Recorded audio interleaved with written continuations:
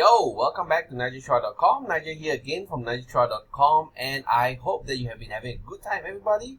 Today I'll share you a quick video about what are the good things, the pros about real estate investing.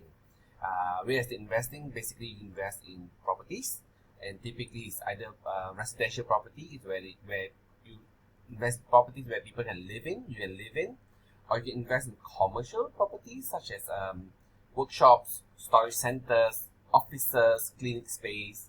And we're going to discuss about the good things about them. I shared in the previous video about what is the bad thing, the downsides of real estate investing, and this time there are 3 pros about real estate investing. And the top of the list is actually leverage. Number 1 is leverage. The reason why it's so powerful and why people like it, especially people with deep pockets, right? Because you can borrow money. Banks are very willing to loan you up to 80%, 90% in some cases. So let's say you have your eye on a property that's worth $1 million. Banks will loan you up to $800,000, and you put down $200,000. Seriously, I mean, this is one of the classic examples where you grow your wealth and grow your business. Real estate is a business by using other people's money, namely in this one, the bank's money, or the people who put money in the bank. And it's brilliant actually. And because you know what, because of leverage, when you can borrow money from the bank, let's say 80% from the bank, right? And let's say the property is worth $1 million. And how you play the game, it's not just about borrowing, it's when you come to the word refinance, okay? So let's say this year the property is worth $1 million, and then you borrow $800,000. Okay, you put $200,000 down, and let's say in 5 years' time, the property suddenly becomes $1.5 million. Then the bank will tell you, hey, Nigel, hey, person ABC, right now your property value is exceeded $1 million. Do you want to refinance? In this case, what you can do, refinance means that instead of borrowing $800,000, you change the contract and start to borrow on a bigger amount. But the bank will pay you a lump sum. So say, for example, instead of paying based on $800,000, you can refinance to a mortgage deal of $1.3 million, right? And then you can pull out the $500,000 difference, and then you take that $500,000 and put it in another 1 or 2 more properties. And then you repeat the cycle. That's why people at property, they can go from 1 property, 3, 5, 10, quite quickly, as long as they don't over leverage themselves.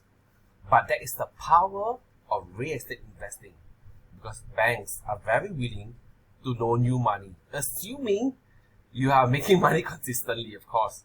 Okay, so that's one of the powerful game of why people do real estate investing. Number 2, real estate, right? It's very practical. It's hard. It's physical, right? People got to live in some place. So even if you find it hard to rent out your space because there's a lot of competition or people don't pay so much, it's practical. You can say, okay, if you don't want to pay $2,000 a month, sure, $1,800, you can give a discount. It's very practical. People got to live somewhere. People got to work somewhere. You know, even with COVID happening, right? People wanted a bigger space in Singapore. So there is still a boom in property. People are just buying. It's practical. It's physical. It doesn't typically go that wrong. But of course, it really depends from where you live. In Singapore, in really the core areas of certain countries, think of New York as for US, think of Kuala Lumpur for Malaysia, Manila for Philippines. Don't really quite go wrong, but they tend to be more pricey. That's the power number 2, the pros of real estate investing. Number 2, it's practical because it's physical, right? Because people need to live somewhere.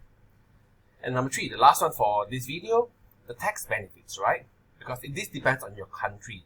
Okay, some countries have a lot of tax benefits when it comes to real estate investing. They can help you offset your taxes. They can help you play some legit stuff with your tax benefits for your property. Some people don't get capital gains tax. You know, for example, in Singapore, rental income is taxable, but capital gain, the rental income means that if you have tenants living in your house and they pay you, let's say, 20 grand, you have to pay at least 10% of that, which is 2 grand to the government, at least, right? But if you, let's say you bought your property at 1 million, you sell it at 2 million, there is no property gains tax. There are other taxes such as stamp duty, but there's no property gains tax. So every country is different. So find out whether your country, the county that you live in, the city that you live in, what's the tax benefits of real estate investing. Singapore has pretty good ones as well, so people are still getting into property, that's why. So there's the 3 pros of real estate investing for you to consider, especially if you are a beginner real estate investor. It's the first time and you're thinking about it. Okay, these are 3 pros. Go to my previous video about the 5 pains about real estate investing. Then you weigh it up. Okay, that's all I have for you today. Take care. Bye.